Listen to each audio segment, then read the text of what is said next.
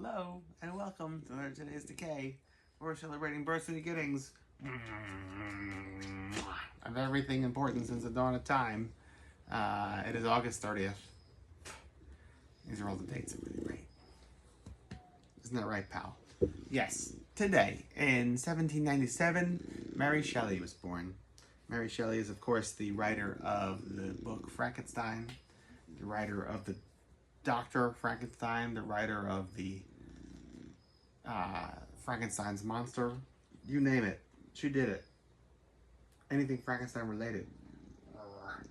I've said it before, I'll say it again. I've been to a couple of different really wonderful Mary Shelley exhibits. The first one being at the New York Public Library, at the same location where they filmed the beginning of Ghostbusters,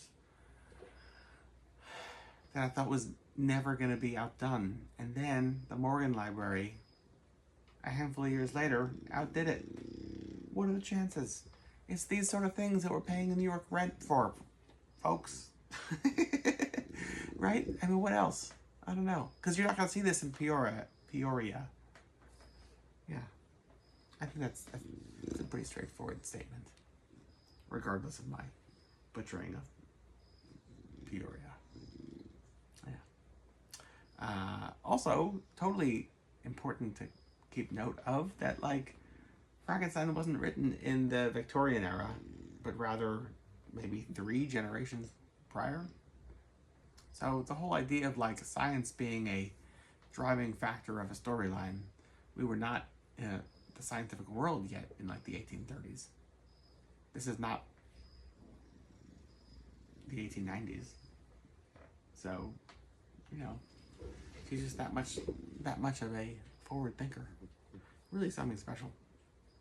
I mean, lots of different ways.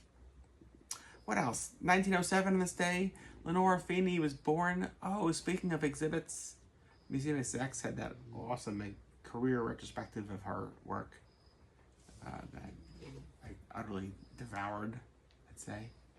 That was really good.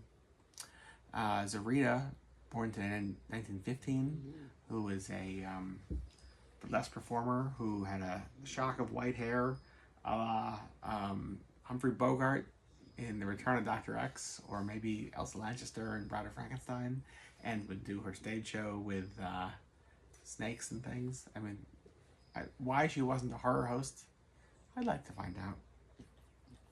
You go, I know. Yeah. Robert Crumb, today, 1943, born. And last but certainly not least, Danzig, not the person, but the entity, the LLC, the band, released their self-titled first LP on this day in 1988, which is really good. As you know, I'm sure.